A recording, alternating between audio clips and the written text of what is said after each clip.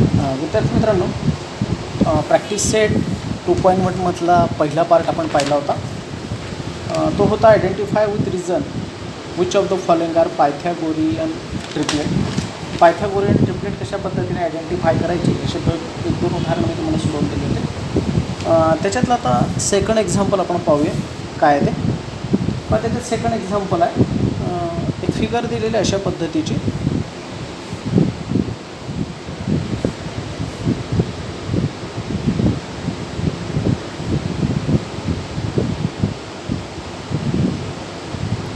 फिगरला नाव आहे MNP आणि हा क्यू दिला आहे आणि म्हटलं आहे इन फिगर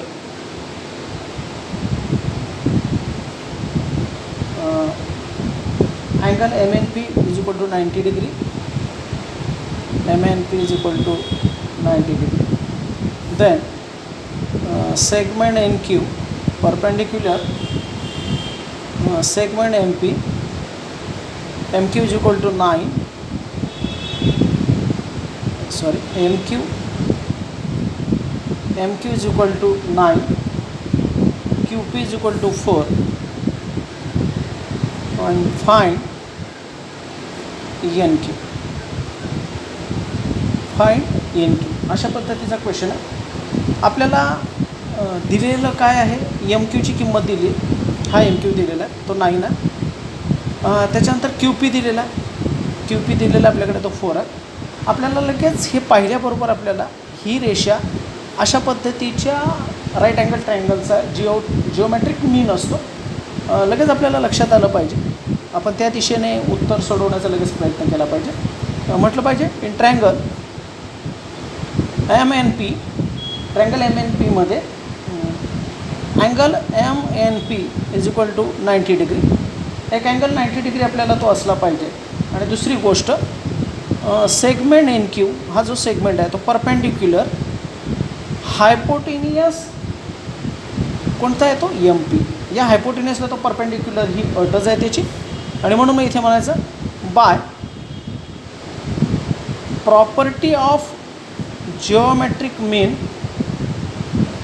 पण जिओमेट्रिक मीनची प्रॉपर्टी काय मग, NQ square is equal to MQ into PQ. हा NQचा square is equal to MQ into PQ अशा पद्धतीची ती प्रॉपर्टी आपली. मग आपल्याला NQ square is equal to MQ already दिला आहे 9, QP दिला आपल्याला 4 इज इक्वल टू 36. मग इथे NQ square is equal to 36, therefore NQ is equal to 36चं स्क्वेअर रूट किती येणार ते 6. तर अशा पद्धतीने आपल्याला NQची किंमत मित्रांनो लगेच काढता येणार आहे. तर जिओमेट्रिक मीनचं सेकंड एक्झाम्पल जसं आहे तसंच थर्ड एक्झाम्पलसुद्धा तुम्हाला जिओमेट्रिक मीनवरच आधारित आहे, ते तुम्हाला सोडवता येईल. हे उदाहरण थोडंसं वेगळं आहे. फोर्थ एक्झाम्पल पहा. फोर्थ एक्झाम्पल दिलेलं आहे अशा पद्धतीची एक फिगर आहे. आपल्याला फिगर पाहिल्याबरोबर याच्यामध्ये काय विचारलेलं असेल असं लक्षात येईल. 30 डिग्री दिलेलं आहे, याचा अर्थ हे 60, 30, 90चं जे थेरम आहे त्याच्यावर आधारित 100% असावं. SRP SR आणि P मला वाटतं त्याच्यावरच आधारित हे उदाहरण 100% असलं पाहिजे. कारण हा 30 असेल, हा 90 आहे, याचा अर्थ हा 60 ॲटोमॅटिक येणार, बरोबर आहे. म्हणून सी फिगर, निरीक्षण करा फिगरचं. Find RP and PS. Find RP and PS. RP and PSची लांबी काढायची आहे using information given in triangle PSR. आणि म्हटलं आहे युजिंग इन्फॉर्मेशन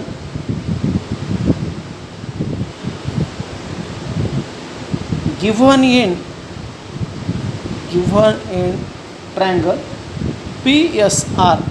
PSR ट्रायंगलमध्ये असणाऱ्या इन्फॉर्मेशनविषयीच तुम्हाला हे सोडवायचं. आपल्याला लगेच लक्षात आलं पाहिजे इन ट्रायंगल PSRमध्ये आपल्याला ज्या ज्या गोष्टी दिलेल्या आहेत. Angle PSR is equal to 90 degree. Angle SPR is equal to 30 degree. Therefore angle S R P is equal to 60 degree. हे दोन 90 30 आहे, याचा अर्थ हा 60 येईल का, तर sum of the all angles in triangle is equal to किती येणार ते 180. आणि म्हणून therefore angle P S R is a 30 60 90 degree triangle.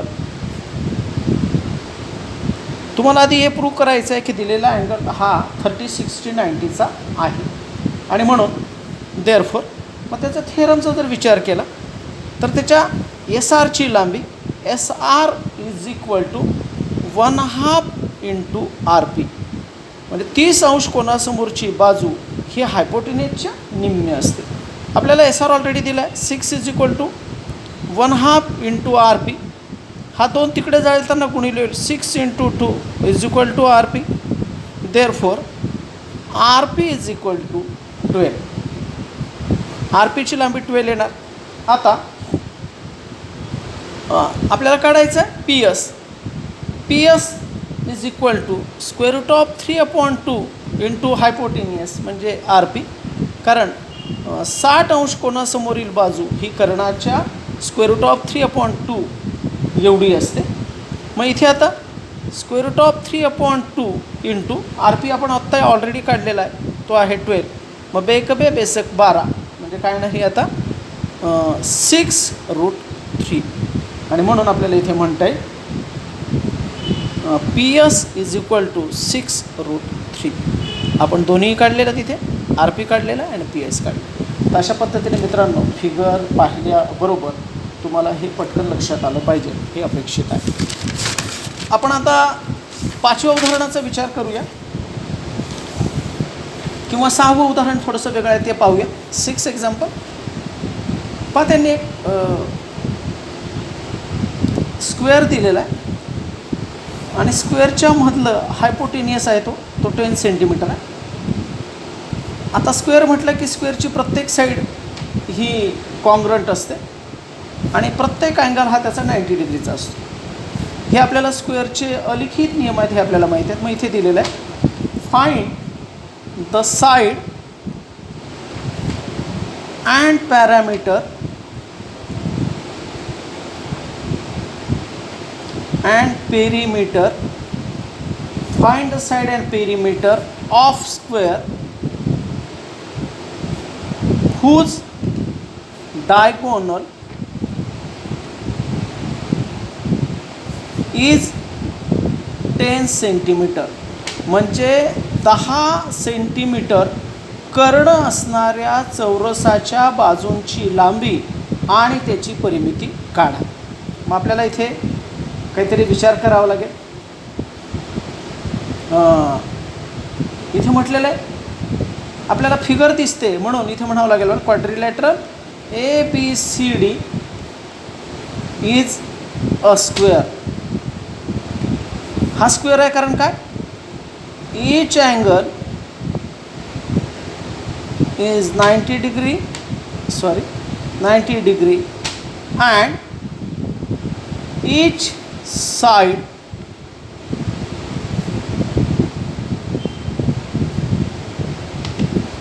Congruent. म्हणजे प्रत्येक बाजू त्याची सारखी दिसते. आपल्याला इथे काहीतरी मानून घेऊया आपण. दिलेल्या गोष्टी ज्या आहेत AC is equal to 10 centimetre. AC काय आहे त्याचा हायपोटेनियस नाही म्हणता येणार त्याला, कारण ठीक आहे हायपोटेनियस म्हणूया आपण. AC is equal to 10 centimetre. आता आपल्याला काहीतरी मानून घ्यावं लागेल. मग आपण प्रत्येकाची बाजू मानून घेऊया. इथे म्हणूया आपण let the side of the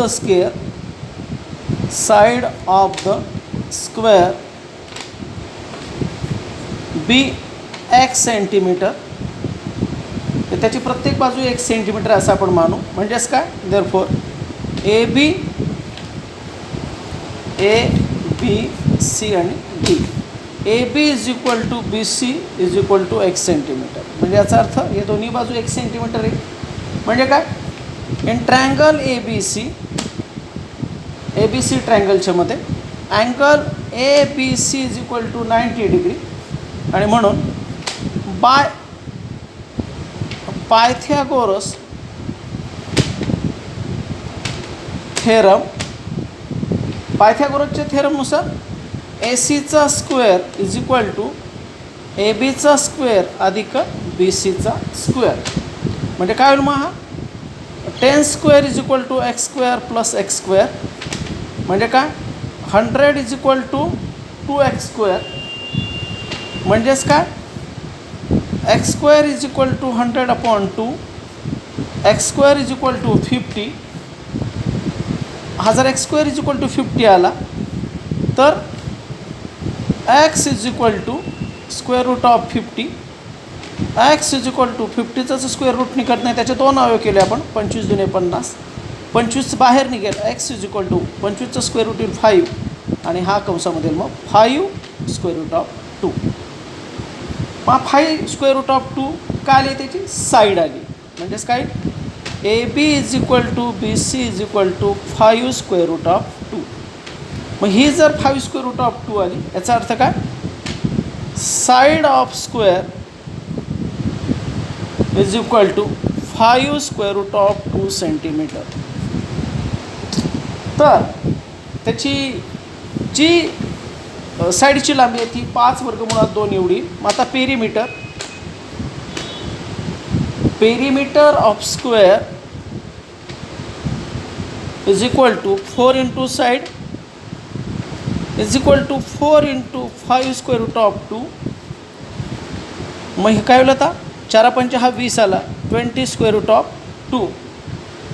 आणि म्हणून याचं पेरीमीटर येणार इकडे. Perimeter of square is equal to 20 square root of 2. म्हणजे याच्यामध्ये आपण पेरीमीटरही काढला आणि त्याची साईडही काढलेली आहे. हे दोन्हीही उत्तरं मित्रांनो आपली झालेली आहे. तर अशा पद्धतीने ही उदाहरणं तुम्हाला सोडवायची.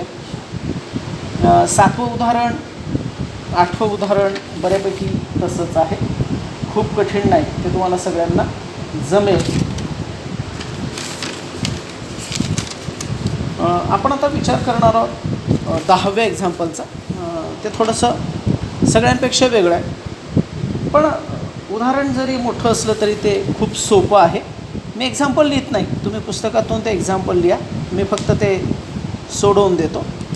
फॉर एक्झाम्पल कसं आहे, त्यांनी म्हटलं wall of 2 buildings on either side of a street are parallel to each other.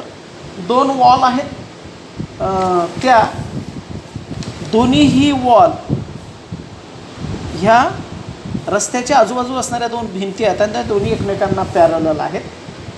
A ladder 5.8 metre long is placed on the street such that it stop just reaches the window of a building at the height of 4 metre.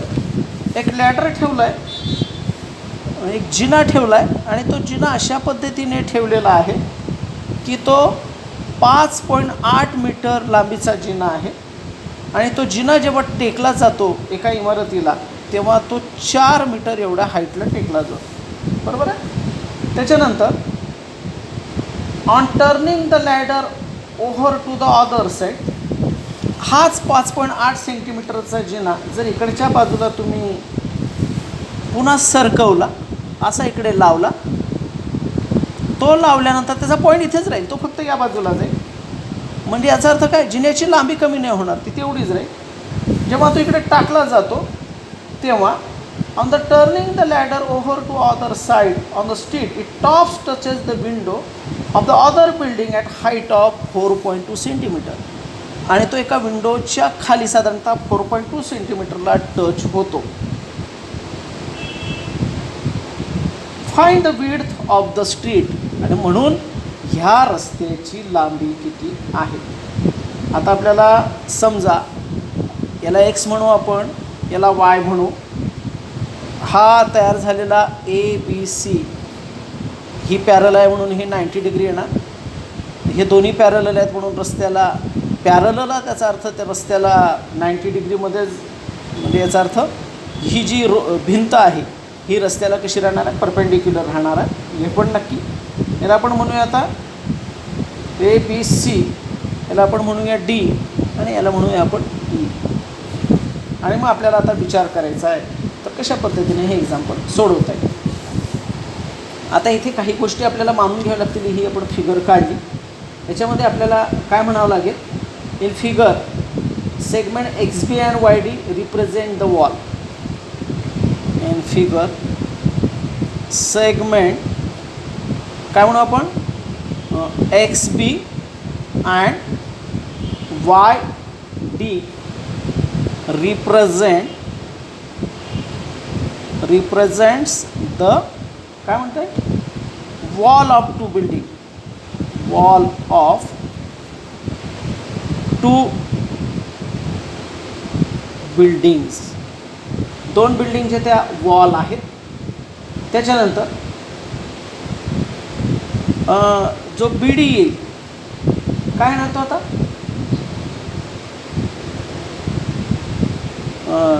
BD is a street, तो रस्ता झाला. त्याच्यानंतर segment जो AC आहे, segment AC represent the first position, represent the first position. कुणाची first position आहे of the ladder, लॅडरची ती first position आहे. अँड कोणती आता दुसरी CE represent the second position of the ladder. म्हणजे लॅडरची पहिली आणि दुसरी पोझिशन आपण दोन्ही काढले. लॅडरची लांबी सारखीच राहणार म्हणून AC is equal to CE is equal to 1.8 metre. त्याच्यानंतर AB is equal to 4 metre and DE is equal to 4.2 metre. आता इन ट्रायंगल ABCचा जर विचार केला तर angle ABC is equal to 90 degree. हा 90 डिग्रीचा येणार. आता तुम्हाला माहिती आहे की हा जर हायपोटिनियस आला आणि ही एक साईड आली तर एवढी साईड आपल्याला काढता येईल. ही पण काढता येईल. दोघांची बेरीज केली तर रस्त्याची लांबी मिळेल. मग बघा बाय पायथागोरस थेरम काय होणार आता, तर इथे आता हायपोटिनियस हा आला. Square of AC is equal to square of AB plus square of BC. इथे पण आपण पॅरलल मित्रांनो तसंच लिहू शकतो. इन ट्रायंगल कोणता आता इकडे ABC म्हटला EDC बाय पायथागोरस थेरम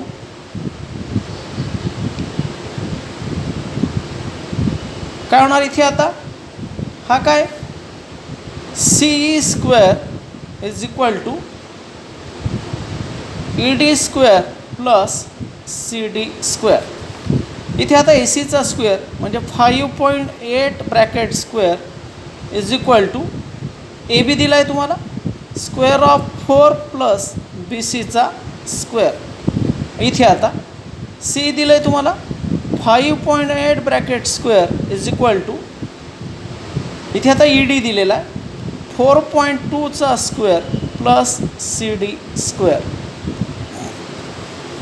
इथे आता 5.8चा स्क्वेअर केला तुम्ही तर 5.8चा स्क्वेअर काउंट करा तुम्ही, काय येणार तो 3.648 येईल. 4चा वर्ग 16 आला अधिक हा काय आता BC प्लस BC स्क्वेअर. याच्यातून हे आपल्याला मायनस करावे लागतील म्हणजे काय होईल 33.64 minus 16 is equal to BC square. यांची जर वजाबाकी केली तर ती येणार आहे 17.64 is equal to BC square. म्हणजे काय येणार therefore BC is equal to 17.64चं स्क्वेअर रूट काढा ते येणार आहे 4.2 मीटर. ते 4.2 मीटर येईल. याच्यानंतर इथे जर विचार केला तर 5.8चं आपल्याला ऑलरेडी माहिती आहे. 33.64 इज इक्वल टू 4.2चा स्क्वेअर तुम्हाला काढायचा आहे. तो काय येणार आहे आता 4.2चा स्क्वेअर 17.64 प्लस सी डीचा स्क्वेअर. मग 33.64 minus 17 minus 64 is equal to C D square. 64 गेले, 33मधून 17 गेले, राहिले किती 16. मग 16 is equal to C D square. Therefore C D is equal to 4. C D is equal to 4 आला आणि हा आला 4.2. मग इथे आपल्याला म्हणावं लागेल काय, आपल्याला टोटल लेंथ काय येणार आहे बी डी. मग इथे म्हणायचं B D is equal to B C plus C D. याचं काय कारण आहे, सी इन बिटवीन, सी कुणाच्यामध्ये बी आणि डीच्या मध्ये आहे, म्हणून बी सी अधिक सी डी म्हणजे बी सीची लांबी अधिक सी डी लांबी बरोबर बी डी येणार आहे. मग बी सीची लांबी आपण काढलेली आहे 4.2 अधिक सी डीची लांबी आलेली आहे 4. 4 प्लस 4.2 इज इक्वल टू काय येणार 8.2 is equal to B D. आणि बी डी हा रस्त्याची लेंथ रिप्रेझेंट करतो आहे, म्हणून इथे म्हणावं लागेल आपल्याला width of the street is equal to 8.2 metre. गणित फक्त मोठं आहे म्हणजे त्याचं विवरण मोठं आहे. गणित वास्तविक खूप सोपं आहे. थोडं सोडवताना वही मित्रांनो मी मोबाईलकडे लक्ष नाही, थोडी तिरकत झाली. सगळ्यांनी अक्षर व्यवस्थितपणे समजून घ्या. लिहिताना काही त्रास होत असेल तर पहा. मी थोडंसं वाटल्यास असं फिक्स ठेवतो, मला वाटत नाही कुणाला ते समजणार नाही. खूप काही कठीण नाही आहे, पण मी थोडा वेळ कॅमेरा फिक्स ठेवतो तर मग तुम्हाला कोणतीही अडचण येणार नाही असं मला वाटतं. मी तुम्हाला काल सगळ्यांना सूचना ठेवलेल्या आहेत की हे सगळं झाल्यानंतर आपलं चॅप्टर हे संपलेलं आहे. तुम्हाला याच्या पलीकडचा जो भाग आहे तो तुमच्या अभ्यासक्रमातून सगळा कट करण्यात आलेला आहे. ॲप्लिकेशन ऑफ पायथागोरस थेरम मी तुम्हाला काल सगळं सांगितलेलं आहे की तुम्हाला काय काय आता अभ्यासामध्ये नाही आहे ते तुम्हाला कट करायला सांगितलं होतं परवाच्याच तासाला, ते तुम्ही सगळ्यांनी कट केलेलं असेल. आणि हे झाल्यानंतर तुम्हाला जो याच्यानंतरचा भाग आहे अभ्यासाचा, तुम्हाला पुस्तकातलं जे सेकंड चॅप्टर नंतर येणारा जो क्वेश्चन सेट असेल त्याच्यातलं 17वं 18वं 8 9 6 8 9 12 आणि 17 18 एवढी गणितं तुम्हाला त्याच्यातली नाही आहेत. प्रॅक्टिस सेट 2.2 मी तुम्हाला समजून दिलं होतं का काल. प्रॅक्टिस सेट 2.2 मधलं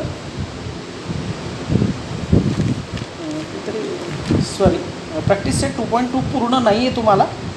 आणि प्रॉब्लेम सेट 2 मधलं मी सांगितलं होतं की 6वं अभ्यासाला नाही आहे, 8वं अभ्यासाला नाही आहे, 9वं अभ्यासाला नाही आहे, 12वं अभ्यासाला नाही आहे आणि त्याच्यानंतर 17 आणि 18 अभ्यासाला नाही आहे. बाकी सगळं तुम्हाला आहे. तुम्हाला प्रॉब्लेम सेट 2 कंप्लीट करायचा आहे आणि आत्ता आपण जो सोडवून दिला आहे तो प्रॅक्टिस सेट 2.1 हा तुम्हाला कंप्लीट करायचा आहे. इथे आपलं सेकंड चॅप्टर संपलेलं आहे. पुढच्या तासाला आपण विचार करणार आहोत सर्कल नावाच्या चॅप्टरला. त्याच्यामध्ये नको असणारा भाग आपण आधी पहिल्या तासाला कट करू आणि मग बाकीचा आपण अभ्यास पाहणार आहोत. सगळ्या विद्यार्थ्यांनी शांतपणे ऐकून घेतलं. Thank you very much.